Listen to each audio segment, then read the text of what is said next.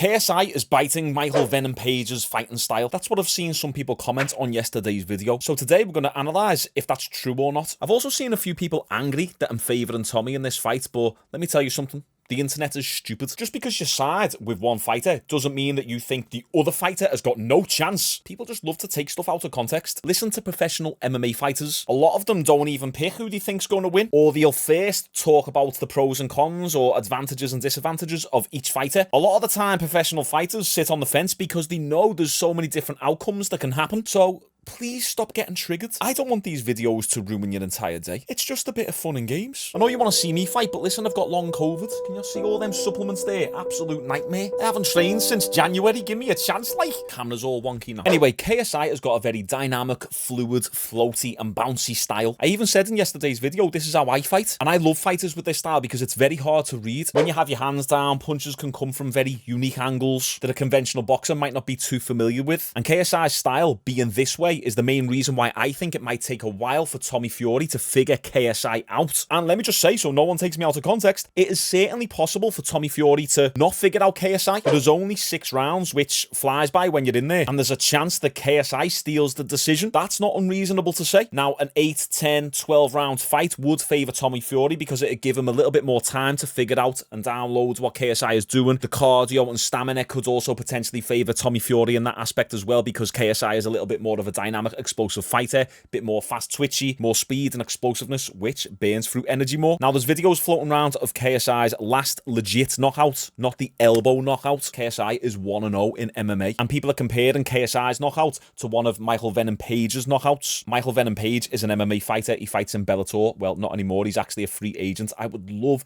to see him in the UFC. I'm sure he'd stay at welterweight. Imagine him in the welterweight division. That would be very intriguing. He would literally become a superstar. Now, granted, KSI's style does look very similar to Michael Venom Page's. It's the same stance, the same guards, the same floaty style. But why is this? Because KSI is a boxer, and fighters like Michael Venom Page who have this style usually started off in point kickboxing or point karate or taekwondo, then adapt that style to MMA. But as I say, KSI just started in boxing. So why has he got this unique style? The same as these karate and kickboxing and taekwondo fighters? Well, here we have a clip of KSI's former strength and conditioning coach, Leon Wills, talking about KSI's new coaching team. This was from June 2022, so he's been at this new gym for a while now. Tell me, who's training KSI now?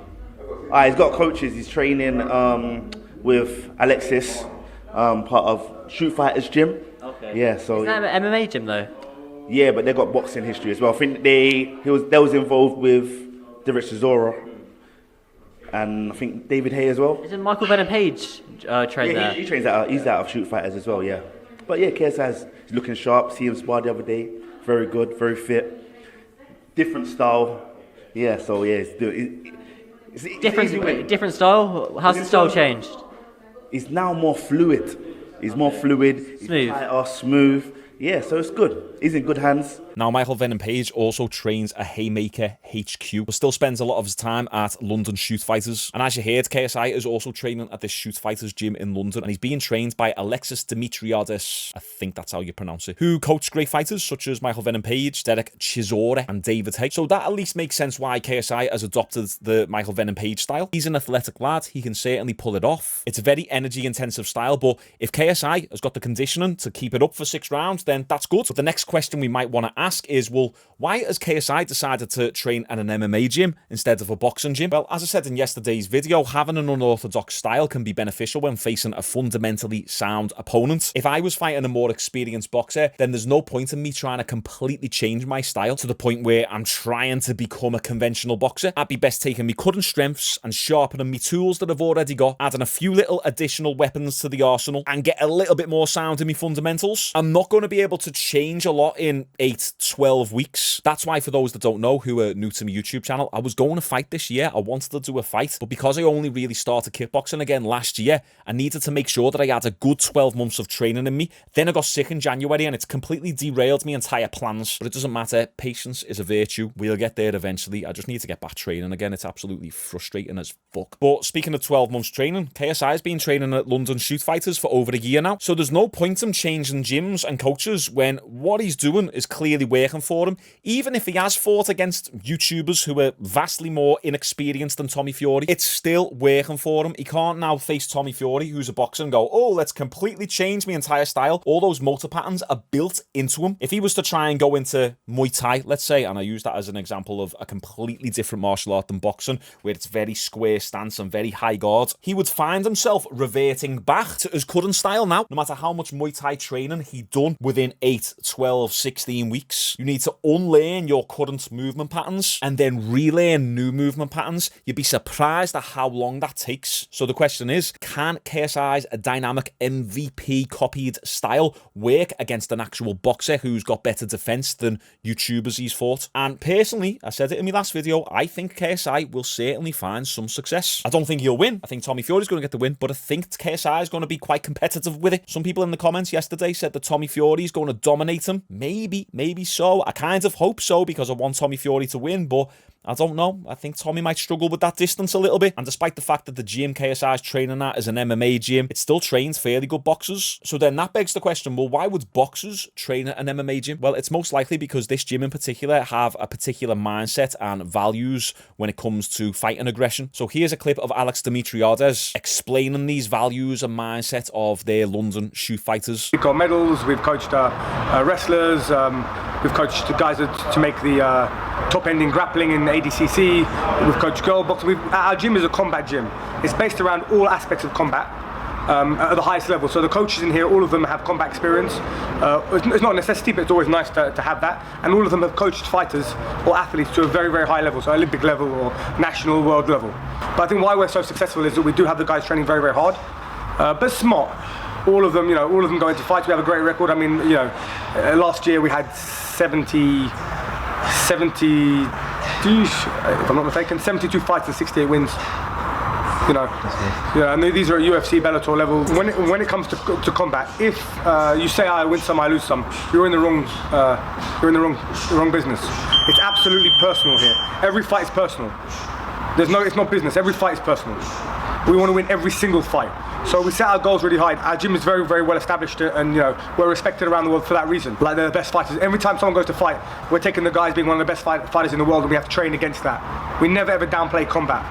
A little kid, a novice can knock out a pro if that professional is not ready for it. So as you can tell, Alexis and this gym means business. And I love what he said about the fact that a novice could knock out a pro. That's what I said in yesterday's video. I hope Tommy isn't underestimating KSI because it's a fight and anyone could win. Anything can happen. Now, when you look at the fighters who've came out of this gym, who've been coached by Alexis, they typically have a more dynamic approach. They're a lot more fluid and unpredictable. David Haye has always been that way, of course. Chisora, who's a little bit more of a ploddy fighter, since training with Alexis, was switching stances more, was a little bit lighter on his feet. And we all know how MVP fights. That's just ingrained within him anyway. So it makes sense why KSI is also fighting like this. Once again, do I think KSI would have a better shot if he was in a more conventional stance or a Philly shell doing the Sean Strickland? Not at all. That's KSI's style. And just because he's fighting like Michael Venom Page doesn't mean that he's bit it from him. There's only a certain amount of fighting styles and stances to go around before there's going to be some crossover and people start looking similar. As I say, I fight like this coming from a point kickboxing background. That's what I got started in. And it can actually be a very effective style against boxers up to a certain point. And that's usually until you've got a boxer who can cut off the ring effectively and keep you on the back foot. Unless you've got fantastic footwear and amazing lateral movement. But once again, it is hard to keep that style up for the entire fight. But it's only 6 rounds, so I think KSI might be able to keep it up the entire fight. So what would I do if I was Tommy? The last thing you want to do is blitz in against someone who blitzes. So for example, coming from a point kickboxing background,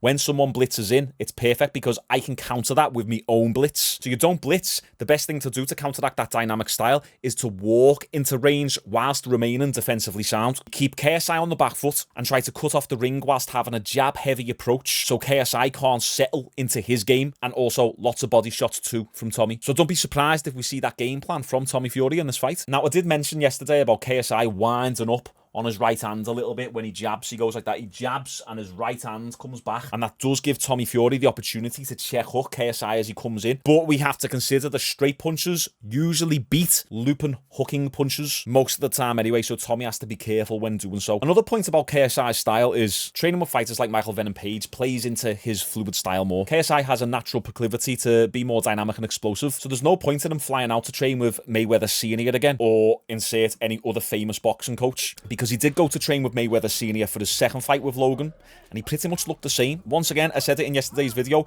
people will look fantastic on the pads, but when it's fight time, all that technique goes out the window. Also, KSI isn't someone who fights on the inside. He's a long-range sniper type fighter. I'm a little bit more like that. I prefer to fight long. So then when I'm with a boxing coach and they're telling me to do all this, 1, 2, 3, 4, 5, 6, step out, step back. I'm like, that's not helping me at all. Okay, me coordination's getting a little bit better, but a good pad man and a good coach should analyse the fighter's natural style and work with that and sharpen it, not try and change the fighter's style completely. So anyway, it makes sense for Tommy Fury to close that distance and make KSI work on the inside. Pretty much just smother KSI. However, KSI training with MVP or not, I still put my money on Tommy in this fight by 5th round finish. My initial prediction was Tommy by decision because I think, well, KSI's good at distance management and it might take a while for Tommy to figure that distance out. But I did like Tommy's mindset in the face-to-face yesterday. He seems confident in the knockout this time, which I know it doesn't really mean much, of course. These fighters always say it on the build-up, I'm going to knock you out, and then it's a 12-round snooze fest. But still, let's go, Tommy. Who have you got winning this fight? Do you think KSI has taken the right approach, training in an MMA gym, kind of mimicking MVP's style? Or should he have prepared with a boxing coach? I want to know your thoughts. Nice one for all the love and supportive comments. I pretty much read them all, and I try and get back to as many as possible. Keep them coming. We're almost to 60k subscribers. It gives me more motivation to keep pushing this channel. It felt like only yesterday we hit 50k. So yeah, honestly, from the bottom of my heart, all the YouTube comments, all the Instagram DMs, I appreciate yous all. Thank you so much. Like the video. See yous tomorrow.